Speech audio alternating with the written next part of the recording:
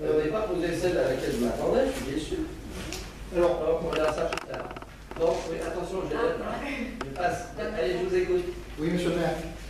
Là, en fait, ce que vous attendez, c'est une validation pour l'ensemble des travaux qui ont été listés. Non. D'accord. Bon, c'est bon.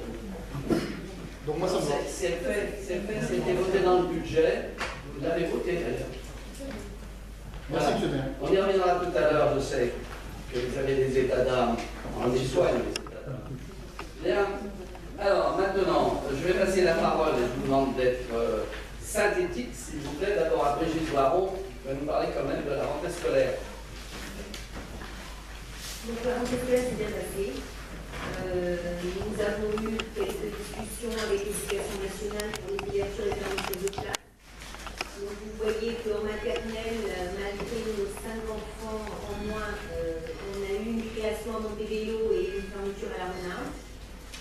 Et sur les élémentaires, il y a 32 enfants en moins par rapport à l'année dernière et on a eu une fermeture à Colère. Donc c'était annoncé déjà l'année dernière, on savait que ça allait se passer comme ça.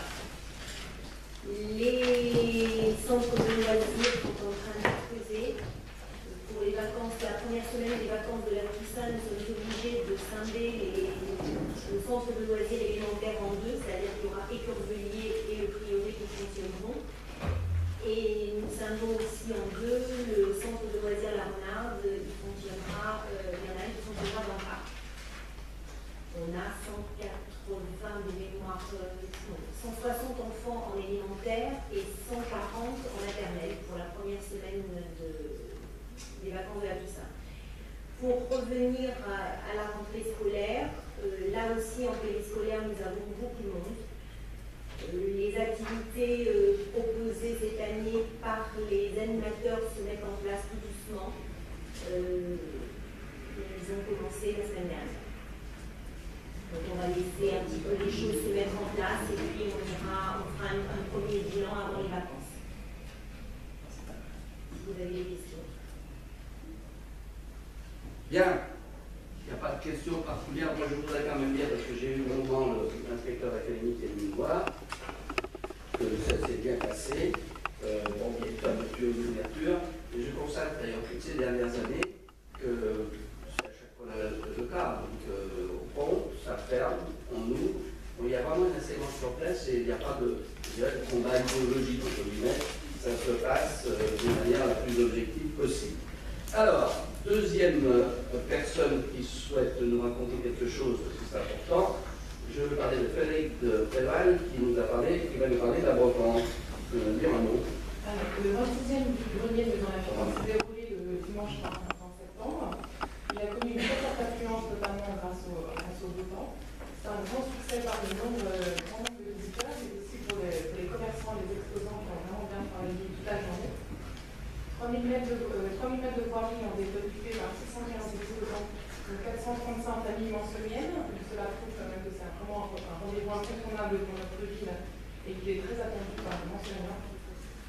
La bonne organisation bien posée est assurée par l'association des entrepreneurs de Maison Lafitte et ses bénévoles. Et je rappelle que les bénéfices de ce livre-grenier servent à financer les animations commerciales qui ont lieu pour les fêtes de Noël dans notre ville. Et d'ailleurs, ces animations vont être définies cette semaine par l'ensemble des commerçants. Je tiens à souligner le travail efficace de la police municipale qui a très bien suggéré le stationnement et la circulation sur les zones chargées, ainsi que souligner l'efficacité remarquable, mais comme chaque année, des agents du service de voirie qui ont nettoyé les deux parfaitement en un temps vraiment record. Et ce, malgré l'ampleur du travail, parce qu'ils ont quand même des deux thèmes entières à la déchetterie, plus ils ont géré un colis suspect à la gare qui les a retardés, et malgré tout, ils ont terminé dès 1h du matin, donc quand même, ils sont un travail vraiment. N'essayez pas de traîner vos valises sur les quais de gare, parce que maintenant, des mineurs arrivent aussi secs. Voilà. Merci. Pas de questions. Jean-Claude, sur le forum des associations aussi. Encore cette année, c'était un succès, puisque nous avons eu 114 associations dans la ans. Donc, principalement bien sûr, mais je signale aussi, il y a des associations de Ménil-le-Roi. D'ailleurs, il faudra se poser la question dans les années à venir, puisque j'ai plus de demandes d'associations manceliennes, si on prend toujours le Ménil-le-Roi avec nous, parce que c'est pas extensible. Et on ça se pose pas. Donc on est juste, mais ça prouve le succès. Là aussi, nous avons eu beau temps, il a plu juste à la fin pour qu'il rentre à l'heure pour les locaux et les mairies, donc ça a arrangé tout le monde. Il y a eu beaucoup d'inscriptions dans différents clubs, que ce soit culturels ou sportifs, beaucoup d'inscriptions d'enfants et d'adultes. Donc,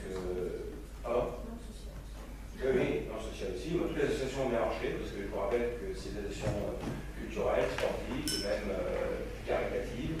Donc, certains se sont peu, mais sont pleins avec moins de fréquentation. Alors d'autres ont dit on éclate par rapport à toute l'année. C'est curieux, ça dépend sûrement du sujet qui explose, mais en tout cas ce succès se démontre pas. Le lendemain, pour la deuxième année consécutive, j'ai organisé le forum des arts martiaux sur 3 heures au BOPD, ce qui permettait aux parents et enfants de venir découvrir les arts martiaux, parce que lorsqu'on distribue des papiers le samedi, ils ne savent pas forcément ce que c'est. Donc ils peuvent voir, ils peuvent essayer.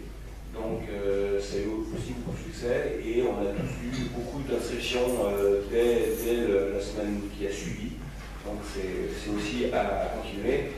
Le deuxième objectif aussi, c'était que pour les professeurs et les enseignants, les pratiquants de toutes les disciplines se connaissent un peu mieux, parce que bien que dans les différentes activités sportives, les gens se connaissent un peu mieux.